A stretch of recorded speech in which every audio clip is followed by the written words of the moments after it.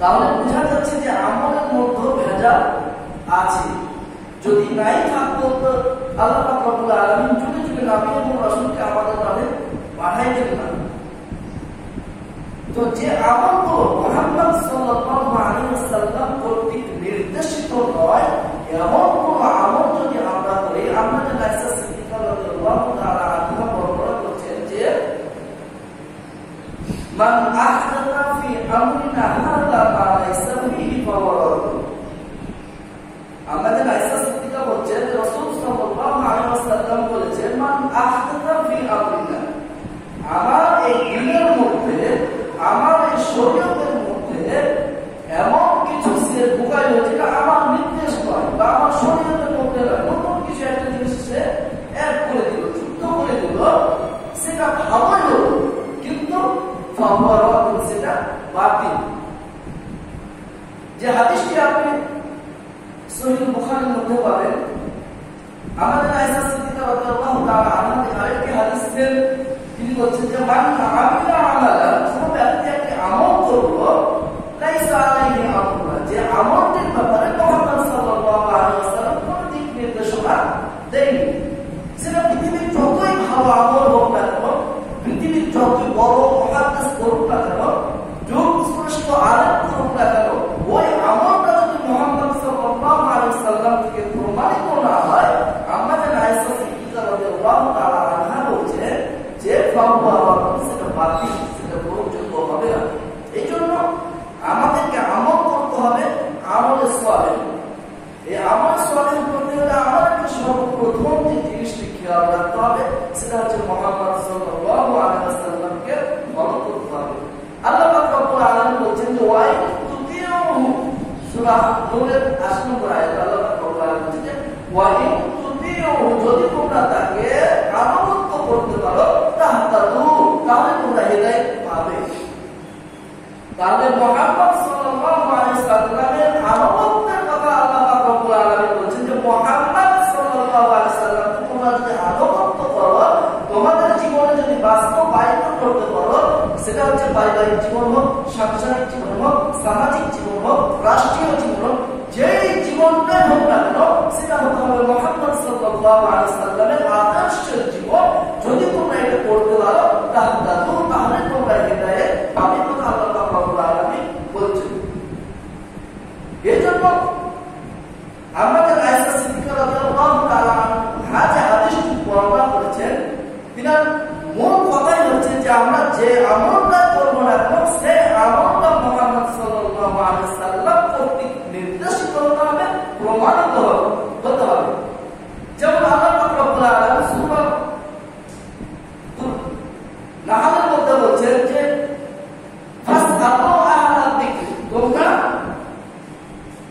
জিনিস আহলে যিকরের কাছ থেকে জানো, ইন কুনতুম লা তাআলামুন, যে জিনিসটা তোমরা জানো না, যেই জিনিসটা তোমরা জানো না সেই জিনিসটা তোমরা জেনে নাও তার কাছে আহলা যিকর, যিকরের কাছ থেকে। সেটা কি সহকারে পরে আয়াত আল্লাহ পাক রব্বুল আলামিন বলছেন যে বিল বাইয়িনাত, সেটা স্পষ্ট দলিল সহকারে জানবে। শুধু যেমন তেমন দলিল হলে হবে না, অসুবুর একেবারে ক্লিয়ার, যেটা কোনো সংশয় থাকবে না, কোনো ঝামেলা যুক্ত থাকবে না, একেবারে এভরিথিং ক্লিয়ার থাকবে, এমন দলিল সহকারে তোমরা জানবে যে জানাটা তোমাদের জন্য আবশ্যক। এখন আহলে যিকরটাকে আল্লাহ পাক রব্বুল আলামিন যে আহলে যিকরের কাছে জিজ্ঞেস করতে বললেন, আহলে যিকরটাকে মসজিদের ইমাম সাহেব, মাওলানা সাহেব, না মাদ্রাসার প্রিন্সিপাল সাহেব? আল্লাহ পাক রব্বুল আলামিন বলেছেন যে ইন্না নাহনু নাযালনা যিকর, নিশ্চয় আমি নাযিল করেছি এই যিকরকে, অর্থাৎ এই কোরআনকে। তাহলে কোরআন এবং সুন্নাহকে আপনাকে ফলো করতে হবে যে কোনো ইবাদতের ক্ষেত্রে। এখন দেখেন, উদাহরণস্বরূপ বলা যায় যে আমরা এই এলাকায় একটা জমি কিনলে জমির কতগুলো কাগজ আমি চেক করি, জমির দলিল ঠিক আছে, খতিয়ান ঠিক আছে, খারিজ ঠিক আছে কিনা, আদার যেগুলো জমির সাথে সম্পর্ক আমরা দেখি না। কিন্তু দুর্ভাগ্যজনক সত্য যে আমরা ইবাদত করার ক্ষেত্রে ওই ইবাদতটা মুহাম্মদ সাল্লাল্লাহু আলাইহি ওয়াসাল্লাম থেকে প্রমাণিত কিনা এই জিনিসটা আমরা কিন্তু খেয়াল করি না। এজন্য আল্লাহ পাক রব্বুল আলামিন সূরাতুল ফুরকানের 23 নম্বর আয়াত বলছেন যে ওয়াকাদিমনা ইলা মা আমিলু, আমি সেদিন ওয়াকাদিমনা আমি অগ্রসর হব ইলা মা আমিলু, তাদের আমলসমূহের দিকে। যে আমলগুলো আমরা পৃথিবীতে করেছি এই আমলগুলোর দিকে আল্লাহ পাক রব্বুল আলামিন সেদিন অগ্রসর হবে। যাদের দেখবেন দেখার পরে আপনার সালাত ঠিক আছে, আপনার সিয়াম ঠিক আছে, আপনার যাকাত ঠিক আছে, আপনার হজ ঠিক আছে, এভরিথিং আপনার ভালো আমলগুলো সেদিন ঠিক আছে। হাবাআন মানসুরা, সেই দিন আল্লাহ পাক রব্বুল আলামিন ওই ইবাদতগুলোকে ধুলায়, মানে ধুল দিয়ে ধুলায়, মানে ধুলিকণা হিসাবে রূপান্তর করে দেয়। কেন? ওই ইবাদতগুলোর পিছনে মুহাম্মদ সাল্লাল্লাহু আলাইহি ওয়াসাল্লামের নিয়ম ছিল না। মুহাম্মদ সাল্লাল্লাহু আলাইহি ওয়াসাল্লাম কর্তৃক প্রদত্ত রূলসের মধ্যে ওই ইবাদত ছিল না। এই জন্য আজকে জুমার যে খুতবার বিষয়বস্তু হচ্ছে বেদাত। দেখেন আজকে আমরা মুসলমান, আমাদের মর্যাদা, আমাদের সম্মান আল্লাহ পাক রব্বুল আলামিন যত দিয়েছেন, কিন্তু আমরা আজকে সারা বিশ্বে আমরা যেন লাঞ্ছিত, অপমানিত, আমরা যেন নির্যাতিত, নিষ্পেষিত এক জাতিতে পরিণত হয়ে গেছি। কেন? যে আমরা আমাদের ইবাদতগুলো সঠিকভাবে করতে পারছি না, যার কারণে আমরা আমাদের রবকে ডাকছি, আমাদের রব আমাদের ডাকে সাড়া দিচ্ছে না। এই যে গত বছর অনাবৃষ্টির কারণে বাংলাদেশে এমন কোনো অঞ্চল নাই যে অঞ্চলটাতে ইস্তেসকার সালাত পড়া হয়নি। প্রত্যেকটা অঞ্চলে কম বেশি ইস্তেসকার সালাত আদায় করেছি আমরা, কিন্তু আমাদের একটা জামাতে কি আল্লাহ পাক রব্বুল আলামিন আকাশ থেকে পানি বর্ষণ করেছেন? অথচ হাদিসে মুহাম্মদ সাল্লাল্লাহু আলাইহি ওয়াসাল্লাম আমরা আমাদের পূর্বপুরুষদের কাছ থেকে, আমাদের উস্তাদদের কাছ থেকে শুনেছি যে ইস্তেসকার সালাত এমন সালাত যে সালাতে আল্লাহ পাক রব্বুল আলামিনের সবচেয়ে খাঁটি বান্দা নামাজ পড়বে, আল্লাহ পাক রব্বুল আলামিনকে ডাকার সাথে সাথে আল্লাহ পাক রব্বুল আলামিন তাকে সাড়া দেয়, বৃষ্টি হয়। আজকে আমরা এত ডাকার পরও, এত আমাদের মহান রবকে ডাকার পরও আমাদের ডাকার আল্লাহ সাড়া দিচ্ছে না। দেখেন হাদিসে আল্লাহ রাসূল সাল্লাল্লাহু আলাইহি ওয়াসাল্লাম বলেছেন, আইয়ুহান নাস, হে মানুষ সকল, ইন্নাল্লাহা তাইয়্যিব, আল্লাহ পাক রব্বুল আলামিন হচ্ছেন পবিত্র, লা ইয়াকবালু তাইয়্যিবান। আল্লাহ পাক রব্বুল আলামিন হচ্ছেন পবিত্র, তিনি কোন পবিত্র বস্তু ছাড়া আল্লাহ পাক রব্বুল আলামিন গ্রহণ করবেন না।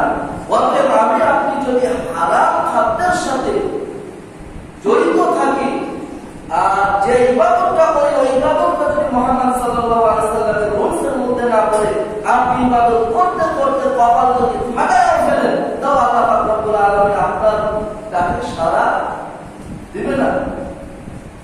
যে হাদিসটি আপনি পাবেন সহিহ বুখারীর মধ্যে 3172 নম্বর হাদিস, আল্লাহ পাক রব্বুল আলামিনের জলিলুল কদর সাহাবী হযরত আলী রাদিয়াল্লাহু তাআলা আনহু বলেন, মান আহদাতা ফিহা হাদাসা, যে ব্যক্তি, যে গোষ্ঠী, যে জাতি কোন বেদাতি কাজে সম্পর্ক থাকবে, বেদাতি কাজে লিপ্ত থাকবে, বেদাতিকে আশ্রয় প্রশ্রয় দিবে,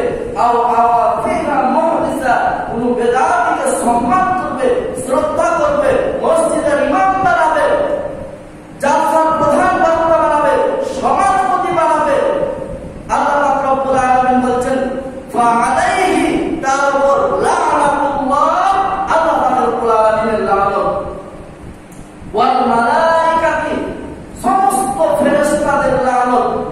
পৃথিবীর শুরু থেকে শেষ পর্যন্ত কত ফেরেশতা আছে এটা আমার আপনার জানা নাই, এটা মুহাম্মদ সাল্লাল্লাহু আলাইহি ওয়াসাল্লাম বলেছে। এতগুলো ফেরেশতা আছে, সমস্ত ফেরেশতার লানত, ওয়ান নাসি আজমাইন, পৃথিবীর শুরু থেকে শেষ পর্যন্ত যত মানুষ ছিল, যত মানুষ আসবে, সকল মানুষের লানত। কারণ যে কোনো বেদাত করবে আর বেদাতকে আশ্রয় দিবে, প্রশ্রয় দিবে, ওই সব ব্যক্তির উপর আল্লাহ পাক রব্বুল আলামিনের লানত, ফেরেশতাদের লানত, সমস্ত মানব জাতির লানত। এমন আল্লাহ পাক রব্বুল আলামিনের হাবিব বলেছেন, লা ইয়াকবালু, তার কবুল করা হবে না, সরফুন ওয়ালা আদ, তার কোনো নফল ইবাদত কবুল করা হবে না,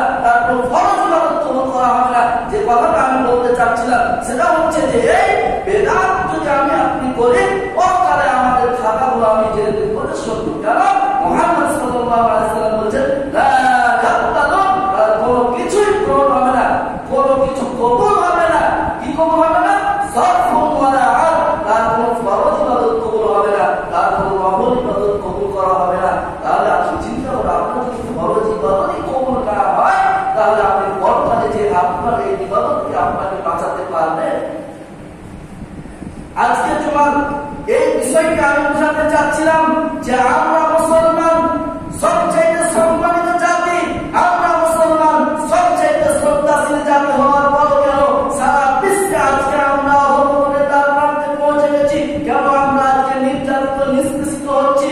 সারা বিশ্ব কেন আমাদেরকে বাধা চলে দেখছে? কারণ আমরা মুহাম্মদ সাল্লাল্লাহু আলাইহি ওয়াসাল্লামের জীবনে, আমাদের এই জীবনে আমরা বাস্তবায়িত করতে পারি নাই, যার কারণে আজকে আমরা সমাজে নির্যাতিত নিষ্পেষিত হচ্ছি। দেখেন আজকে আমার আপনার মুসলমান গুলোকে সেইভাবে কিভাবে মারছে, যা বর্ণনা করলে দুজনকে পানি বেয়ে চলে যায়, এইভাবে মারছে। অথচ আল্লাহ পাক রব্বুল আলামিন বলছে যে আমি তাদেরকে সাহায্য করব যখন তারা আমাকে ডাকবে। অথচ আজকে দেখেন সারা বিশ্বে তাদের জন্য দোয়া করছি আমরা, কিন্তু আমাদের দোয়া কবুল হচ্ছে না। এর জন্য আল্লাহ পাক রব্বুল আলামিন বলেছেন যে ফালিয়া আমল, তোমরা আমল করো, আমালান সালিহ, সৎ আমল করতে হবে। যেই আমলটাতে মুহাম্মদ সাল্লাল্লাহু আলাইহি ওয়াসাল্লামের রূলস আছে, নিয়ম আছে, এই আমল আমাকে আপনার করতে হবে। যদি না করি, আমরা যে আয়েশা সিদ্দিকা রাদিয়াল্লাহু তাআলা আনহা বলেন, মান আমিলা আমালান লাইসা আলাইহি আমরুনা, বিধিতে এমন কোন আমল যে ব্যক্তি করলো ওই আমলটি মুহাম্মদ সাল্লাল্লাহু আলাইহি ওয়াসাল্লাম থেকে প্রমাণিত নয়, সেটা বাতিল, সেটা গ্রহণযোগ্য হবে না, সেটা হবে না, ওই আমল আমাকে আপনাকে বাঁচাতে পারবে না। সম্মানিত উপস্থিতি, আমি বলতে চাচ্ছিলাম রাসূল সাল্লাল্লাহু আলাইহি ওয়াসাল্লাম বলেন, লা ইউনাজি আহাদাম মিনকুম আমালুহু বিদিনিল মারুফ, তোমরা শুনে রাখো তোমাদের আমল তোমাদেরকে কখনো নাজাত দিতে পারবে না। সম্মানিত উপস্থিতি, তাহলে আমরা কি বলবো যে আমরা সালাত করব না, আমরা রোজা রাখবো না, আমরা যাকাত দিব না? না, বিষয়টা এমন নয়। মুহাম্মদ সাল্লাল্লাহু আলাইহি ওয়াসাল্লাম বলেন, লা ইউনাজি আহাদাম মিনকুম আমালুহু বিদিনিল মারুফ, তোমরা শুনে রাখো তার আমল তোমাদেরকে নাজাত দিতে পারবে না। এই কথা শোনার পর সাহাবীরা জিজ্ঞেস করে রাসূল সাল্লাল্লাহু আলাইহি ওয়াসাল্লাম, আপনিও কি? রাসূল সাল্লাল্লাহু আলাইহি ওয়াসাল্লাম বলেন, ওয়ালা আনতা, হ্যাঁ আমিও। আমার কোন আমল আমাকে নাজাত দিতে পারবে না, ইল্লা আন ইয়াতাকাব্বালানি আল্লাহু বিরহমা, কিন্তু আল্লাহর রহমত সেই দিন আমাকে পরিবেষ্টন করে রাখবে।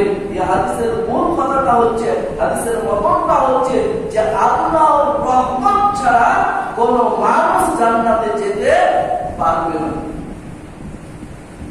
আল্লাহর রহমত ছাড়া কোন মানুষ জান্নাতে যেতে পারবে না। হাদিসের মূল ভাষ্যটা হচ্ছে এটা। রাসূল সাল্লাল্লাহু আলাইহি ওয়াসাল্লাম বলেছেন যে লা ইউনাজি আহাদাম মিনকুম আমালুহু, পৃথিবীর মানুষ তোমরা শুনে রাখো তোমাদের কারো আমল তোমাদেরকে নাজাত দিতে পারবে না যতক্ষণ না তোমার প্রতি আল্লাহ রাজি খুশি থাকবে। আল্লাহ আমার আপনার উপর ততক্ষণ রাজি খুশি হবেন না যতক্ষণ না আপনি মুহাম্মদ সাল্লাল্লাহু আলাইহি ওয়াসাল্লামকে নিজের জীবনে, নিজের সামাজিক জীবনে, নিজের পারিবারিক জীবনে, নিজের রাষ্ট্রীয় জীবনে আপনি বাস্তবায়িত না করতে পারবেন। আল্লাহ পাক রব্বুল আলামিন বলেন, বল হে রাসূল আপনি বলে দিন, ইন কুনতুম তুহিব্বুনাল্লাহ, যদি তোমরা আল্লাহকে পেতে চাও, ফাত্তাবিউনি, আমি মুহাম্মদ সাল্লাল্লাহু আলাইহি ওয়াসাল্লামের আনুগত্য করো, অনুসরণ করো, অনুকরণ করো। হাদিস আল্লাহ রাসূল সাল্লাল্লাহু আলাইহি ওয়াসাল্লাম বলেন যে আল্লাহর রহমত ছাড়া কোনো মানুষ জান্নাতে যেতে পারবে না। আর আল্লাহ পাক রব্বুল আলামিন বলেন যে হে মুহাম্মদ সাল্লাল্লাহু আলাইহি ওয়াসাল্লাম আপনি বলে দিন, ইন কুনতুম তুহিব্বুনাল্লাহ, তোমরা যদি আল্লাহকে পেতে চাও, আল্লাহর ভালোবাসা পেতে চাও, আল্লাহর রেজামন্দি হাসিল করতে চাও, তাহলে তোমাদের জন্য কর্তব্য হচ্ছে কি ফাত্তাবিউনি, আমি মুহাম্মদ সাল্লাল্লাহু আলাইহি ওয়াসাল্লামকে তোমরা আনুগত্য করবে, আমি মুহাম্মদ সাল্লাল্লাহু আলাইহি ওয়াসাল্লামকে তোমরা অনুকরণ করবে। তাহলে কি হবে? ইউহিব্বুকুমুল্লাহ, আল্লাহ পাক রব্বুল আলামিন তোমাদেরকে ভালোবাসবেন, আল্লাহ পাক রব্বুল আলামিনের ভালোবাসা তোমরা পাবে। আর কি করবে? ইয়াগফির লাকুম, তোমাদেরকে ক্ষমা করে দেবে, যুনুবাকুম, যত তোমাদের অপরাধগুলো আছে। সম্মানিত উপস্থিতি, আমি বোঝাতে চাচ্ছিলাম যে ইবাদত শুধু করলেই হবে না, ইবাদতটা করতে হবে মুহাম্মদ সাল্লাল্লাহু আলাইহি ওয়াসাল্লামের রূলস এবং নিয়ম অনুযায়ী। এখন বলেন যে বেদাত কি?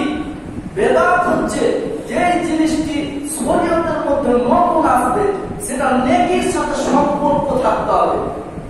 এখন অনেক মানুষ আপনাকে যুক্তি দিবে এভাবে যে আল্লাহ রাসূল সাল্লাল্লাহু আলাইহি ওয়াসাল্লামের যুগে তো সাইকেল ছিল ছিল না, মোবাইল ছিল না, টিভি ছিল না, প্লেন ছিল না, এগুলো তো কেন চলি, বাংলায় কেন কথা বলি?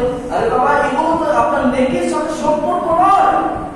যখন আমি বলবো যে এই লাঠিটা নিয়ে আমি যদি খুতবা দিই তাহলে আমি 20 নেকি পাবো, যখন আমি একটা নির্দিষ্ট কোনো নেকির সাথে, আর ওই নেকিটা যদি হাদিসে বর্ণিত না থাকে তাহলে সেটা বিদআত হবে। আমি যখন বলবো যে আমার এই মাইক্রোফোন, কালো মাইক্রোফোন নিয়ে খুতবা দিতে হবে, এটা সুন্নাত, তখন খুঁজে দেখতে হবে যে রাসূল সাল্লাল্লাহু আলাইহি সাল্লামের হাদিসে এই কথা বলা আছে কিনা যে কালো মাইক্রোফোন নিয়ে কথা বলতে হবে। তখন যদি আপনি পান তাহলে এটা সুন্নাত, আর না পারলে বিদআত। কিন্তু আপনি এই মাইক্রোফোনটা ইউজ করছেন এটা নেকির আশায় নয়, এটা হচ্ছে যে আপনার ইবাদতটা আপনি দূরে পৌঁছে দেওয়ার জন্য মাধ্যম মাত্র। আমরা যে আজান দিই মাইকে, এই আজানটা দিয়ে কোন মুয়াজ্জিন সাহেব কি বলে যে আমি এই আজানটা দিচ্ছি বিধায়, মাইকে আজান দিচ্ছি বিধায় আমার 100 গুণ বেশি সওয়াব হচ্ছে, যদি এই কথা বলে তখন সেটা বেদাতের খাতায় যুক্ত হবে, কারণ নেকির সাথে সম্পর্ক হয়ে গেছে। আর যখন আমরা আজান দিব তখন এটা উদ্দেশ্য হবে কি এই আজানটা পূর্ববর্তী মানুষের কাছে পৌঁছে দেওয়ার একটা মাধ্যম। সুতরাং আমি আপনি যে সাইকেল চালাই, বাংলায় কথা বলি, মোবাইল ইউজ করি, এগুলো কোনো বেদাত নয়। আমি আপনি যে ড্রেস পরি মুহাম্মদ সাল্লাল্লাহু আলাইহি ওয়াসাল্লামের ড্রেসের মতো নয়, কিন্তু এটা বেদাত নয়। যখন আমি নেকির সাথে সওয়াবের আশাই করব তখন সেটা দেখতে হবে কোরআনের অনুমোদন দিয়েছে কিনা। সম্মানিত উপস্থিতি, বুঝাতে চাচ্ছিলাম যে বেদাত এমন একটি মারাত্মক ইবাদত যেটা মানুষ নেকি মনে করে করে। বেদাত এমন একটি জঘন্য ইবাদত যে ইবাদতটা মানুষ করে নেকি মনে করে করে।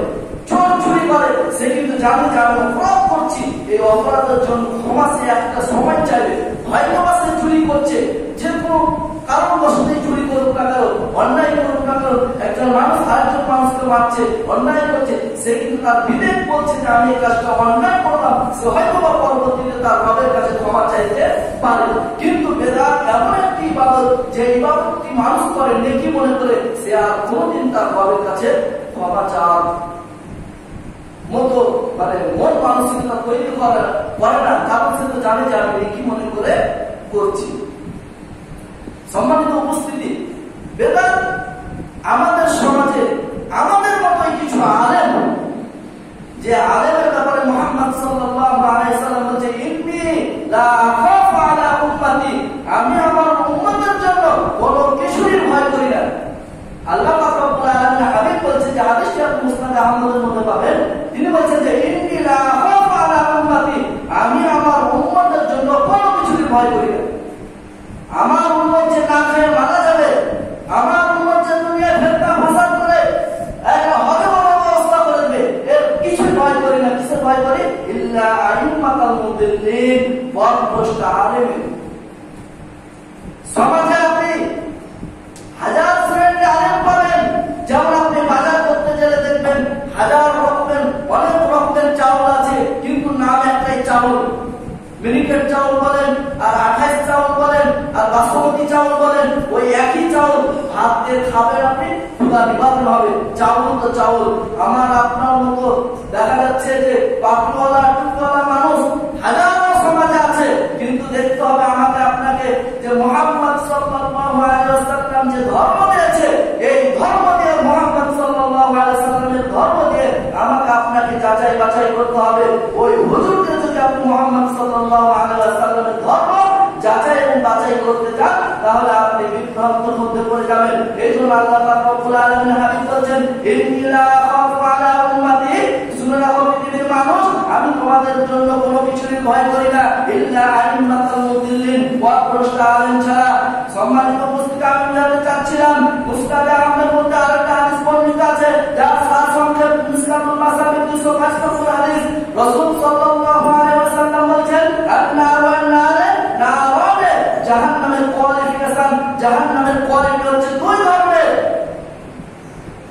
একটি হচ্ছে যে খালিদিনা ফিহা আবাদা, যেখানে মানুষ চিরস্থায়ী থাকবে, সেটা হচ্ছে মুসলমান ব্যতীত যারা পৃথিবীর মায়া ত্যাগ করে চলে গেছেন, তারা হচ্ছে যে খালিদিনা ফিহা আবাদা, যাদের এক চুল পরিমাণ ঈমান নাই, এই সমস্ত মানুষগুলো খালিদিনা ফিহা এর মধ্যে দলভুক্ত। আর যারা আমাদের মতো মুসলিম, যারা অপরাধের শাস্তি এবং জেল খাটবে। অন্যায়ের কারণে তারা হচ্ছে সর্বপ্রথম ওই জাহান্নামে যাবে। এক শ্রেণীর আলেম 3 প্রকার মানুষকে জাহান্নামে উদ্বোধন করবে। তার মধ্যে 1 নম্বর হচ্ছে এক শ্রেণীর মানুষ হচ্ছে আলেম। অতএব হুজুর হয়ে যে তার কথা মানতে হবে, শুনতে হবে, এই কথার বিষয় আপনাকে যাচাই বাছাই করতে হবে। আপনি বলবেন যে হুজুর আমি তো জানি না, আমি তো ধর্ম অত বুঝি না। আল্লাহ পাক রব্বুল আলামিন বলেন ইকরা বিসমি রাব্বিকাল্লাযী খালাক, পৃথিবীর মানুষ তোমরা পড়ো তোমার রবের নামে যিনি তোমাকে সৃষ্টি করেছেন। Read in the name of your Lord who is the creator. হে পৃথিবীর মানুষ তোমরা পড়ো, তোমরা জানো, তোমরা বুঝো যার নামে যে রব তোমাদেরকে সৃষ্টি করেছে সেই রবের নামে। এই জন্য আল্লাহ পাক রব্বুল আলামিন বলেন ফাসআলু, তোমরা জিজ্ঞেস করো আহলা যিকরে, যিকরের কাছে ইন কুনতুম লা তা'লামুন, যে দৃষ্টি যে বিষয়টি তোমরা জানো না সেই বিষয়টি জানবে। কিন্তু কি সহকারে জানবে? বিল বাইনাতে, স্পষ্ট দলিল সহকারে। দলিলটা হতে হবে কেমন? আল্লাহ পাক রব্বুল আলামিন বলেন সুবুর, সেটা ক্লিয়ার স্পষ্ট দলিল হতে হবে, যে দলিলে কোনো সংশয় থাকবে না, যে দলিলে কোনো ঝামেলা থাকবে না। এখন মুহাম্মদ সাল্লাল্লাহু আলাইহি ওয়াসাল্লাম থেকে প্রমাণিত এমন দলিল নিয়ে তোমরা সেই ইবাদতটি করবে যে ইবাদতটি তোমাদেরকে বর্তমানে নাজাতের ওসিলা হিসেবে হয়তো আল্লাহ পাক রব্বুল আলামিন কবুল করলে আমার আপনার জন্য নাজাতের ওসিলা হতে পারে। সম্মানিত উপস্থিতি, আমি জানতে চাচ্ছিলাম মুহাম্মদ সাল্লাল্লাহু আলাইহি ওয়াসাল্লাম সুদীর্ঘ 23 বছর জীবনে মুহাম্মদ সাল্লাল্লাহু আলাইহি ওয়াসাল্লাম যে ইমামতি করেছেন, এই ইমামতি পাশে প্রথম যে সাহাবীরা থেকেছেন, হযরত আবু বকর থেকেছেন, হযরত ওসমান রাদিয়াল্লাহু তাআলা আনহু থেকেছেন, হযরত আলী রাদিয়াল্লাহু তাআলা আনহু থেকেছেন, হযরত ওমর ফারুক রাদিয়াল্লাহু তাআলা আনহু থেকেছেন, হযরত বেলাল রাদিয়াল্লাহু তাআলা আনহু আল্লাহ রাসূল সাল্লাল্লাহু আলাইহি ওয়াসাল্লামের পিছনে থেকেছেন। সম্মানিত উপস্থিতি, আমি বুঝাতে চাচ্ছিলাম যে আল্লাহ পাক রব্বুল আলামিনের হাবিব আপনাকে সব দিক নির্দেশনাগুলো বললো। শুধুমাত্র আমার আপনার সমাজে আজকে যে ফরজ সালাতের পরে দোয়া নিয়ে ঝামেলা হয়, আপনার বিবেককে আপনি একটু জিজ্ঞেস করেন তো মুহাম্মদ সাল্লাল্লাহু আলাইহি ওয়াসাল্লাম আমাদের সেই মসজিদের মতো আমরা যে সিস্টেমে নামাজ পড়ছি তিনি তো সেভাবে নামাজ পড়েছেন। যেহেতু আল্লাহ রাব্বুল আলামিন বলেন সাল্লু কামা রাআইতুমুনি উসাল্লি, পৃথিবীর মানুষ তোমরা আমাকে যেভাবে নামাজ পড়তে দেখেছো সেইভাবে নামাজ পড়ো। আমরা তো ওইভাবে নামাজ পড়ছি। আপনার বিবেককে দেখেন তো জিজ্ঞেস করে যে আমাদের ইমাম সাহেবরা যেভাবে রুকু করে আমরা সেইভাবে রুকু করি। রুকু করতে যে হাত কিভাবে দেয়, সিজদা করতে যে হাত কিভাবে দেয়, কিভাবে দাঁড়ায় আমরা কি দেখি না? আমাদের ইমাম সাহেবরা যখন ঘুরে ফিরে আমরা কি দেখতে পাই না? আমরা কি বলেন? কিন্তু যখনই আপনার সমাজে মোনাজাত নিয়ে কথা হয় তখন আপনার বিবেককে কেন জিজ্ঞেস করেন না? হুকুম সিদ্ধা অর্থাৎ 86 এমন একটা গ্রন্থে এমন একটা রাবি থেকে ক্লিয়ার স্পষ্ট মাপ আসলো না যে মুহাম্মদ সাল্লাল্লাহু আলাইহি ওয়াসাল্লাম ফরজ সালাতের পরে মুসল্লির দিকে ঘুরে বসতেন, বসে 2 হাত তুলে আমিন আমিন বলতেন, আর মুসল্লিরা সবাই সাহাবীরা আমিন আমিন বলতো। এইরকম কোন একটা রেওয়াজ কেন? কোন একটা সাহাবী এত বড় জালিম কত সাহাবীদের সামনে থাকলো, একটা সাহাবী কি একটা রেওয়াজ নিয়ে আসলো না? কেন এই বিষয়টা অস্পষ্ট লাগলো? এই জন্য আল্লাহ পাক রব্বুল আলামিন বলেন ফাসআলু, তোমরা জিজ্ঞেস করো আহলা যিকর, আহলে যিকর কাছে অর্থাৎ কোরআন এবং সুন্নাহর কাছে, ইন কুনতুম লা তা'লামুন, যে বিষয়টি তোমরা জানো না সেটা জানতে হবে বিল বাইনাত ওয়াস সুবুর, স্পষ্ট দলিল এবং প্রমাণ সহকারে। পৃথিবীর মানুষ তোমরা দেখো ইবাদতের ক্ষেত্রে আমার আপনার বিবেক, আমার আপনার বিবেক দিয়ে আমরা বলি যে এই কাজটা তখন চলে, এই কাজটা এখন চলে না কেন? সম্মানিত উপস্থিতি, দেখেন দোয়ার ঘটনা দেখে আপনি যখন আছেন, রাসূল সাল্লাল্লাহু আলাইহি ওয়াসাল্লাম বলেছেন কুল্লা মাকতুবাতুস সালাত, প্রত্যেক ফরজ সালাতের পরে কোন ব্যক্তি যদি আয়াতুল কুরসি পড়ে তাহলে রাসূল সাল্লাল্লাহু আলাইহি ওয়াসাল্লাম বলেছেন ওই ব্যক্তি কি জান্নাতে চলে গেছে, যায়নি কারণ সে মরেনি জন্য। রাদিতু বিল্লাহি রাব্বান ওয়া বিল ইসলামি দীনান ওয়া বি মুহাম্মাদিন সাল্লাল্লাহু আলাইহি ওয়াসাল্লাম, এই দোয়াটি যদি আপনি নিয়মিত ফরজ সালাতের পরে পড়ে রাসূল সাল্লাল্লাহু আলাইহি ওয়াসাল্লাম বলেন ওই ব্যক্তির জন্য আমার শাফাআত করা ওয়াজিব হয়ে যাবে। মুহাম্মদ সাল্লাল্লাহু আলাইহি ওয়াসাল্লাম যদি কোনো ব্যক্তির জন্য শাফাআত করে তাহলে ওই ব্যক্তি জান্নাতে যাবে, এটা 100% কনফার্ম। যদি মুহাম্মদ সাল্লাল্লাহু আলাইহি ওয়াসাল্লাম জান্নাতে কোনো মানুষের জন্য সুপারিশ করে সেই মানুষটি জান্নাতে যাবে, এটা আমার আপনার সাধারণ বিবেক বলছে। কিন্তু যখন আমাকে আপনাকে বোঝানো হয় যে দেখেন ফরজ সালাতের পরে যে আমরা দোয়াটা করি, আমরা দোয়ার বিপক্ষে কথা বলি না, সিস্টেমটার বিপক্ষে কথা বলছি। ফরজ সালাতের পরে দোয়া কবুল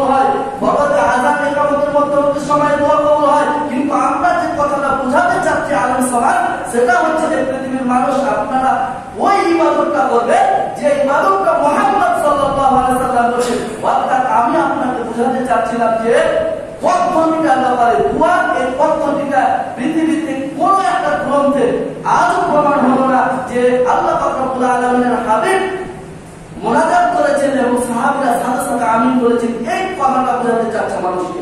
বর্তমান আলেম সমাজ যে কথাটা বলছে সেটা হচ্ছে এই, কিন্তু আমাদের এক শ্রেণীর মানুষ হচ্ছে যে এরা দোয়া উঠে না, দোয়া আপনাকে করতে হবে। সেটা হচ্ছে আপনাকে নিজে নিজে আপনি বসে বসে দোয়া করবেন। ফরজ সালাতের পর দোয়া কবুল হয়, কিন্তু সম্মিলিত মোনাজাতের কথা বলা আছে যে মোনাজাতটা রাসূল সাল্লাল্লাহু আলাইহি ওয়াসাল্লাম থেকে প্রমাণিত নয়। সম্মানিত উপস্থিতি, এজন্য আল্লাহ তাআলা হাবিব সাল্লাল্লাহু আলাইহি ওয়াসাল্লাম বলেন, ফামান আহাদাসা ফিনা হাদাসা, পৃথিবীর মানুষ তোমরা যদি কোনো বিদআত করো আর ফিহা মুহদাসা, কোন বিদআতকে আশ্রয় এবং প্রশ্রয় দাও, ফাআলাইহি, তোমাদের উপর লানাতুল্লাহ, আল্লাহ পাকের লানত, ওয়ান নাসি আজমাইন, পৃথিবীর সমস্ত মানুষের লানত। শুধু লানত নয়, লা ইয়াকবালু মিনহু, তার কোনো কিছু কবুল হবে না। সদকুন ওয়ালা আদ, তার কোনো ফরজ ইবাদত কবুল করা হবে না, তার কোনো নফল ইবাদত কবুল করা হবে না। যে হাদিসটা আপনি সহিহ বুখারী 3172 নম্বরে পেয়ে যাবেন, আপনাকে জলযন্ত্র প্রমাণ দেওয়ার পরেও আপনি ওই ইবাদতটা করেন যে ইবাদতটা মুহাম্মদ সাল্লাল্লাহু আলাইহি ওয়াসাল্লাম থেকে প্রমাণিত নয়। অতএব আমাকে আপনাকে বুঝতে হবে, আমার কবরে আমি যাব, আমার প্রশ্নের হিসাব আমাকে দেওয়া লাগবে, আমার ইবাদত আমার কাছে যাবে। যে হাদিসটা আমি আপনাদের খুতবার শুরুতে বলেছিলাম, আনাস ইবনে মালিক রাদিয়াল্লাহু তাআলা আনহু হাদিসটি বর্ণনা করছেন, যে হাদিসটি সহিহ বুখারী 6400 সম্মত 16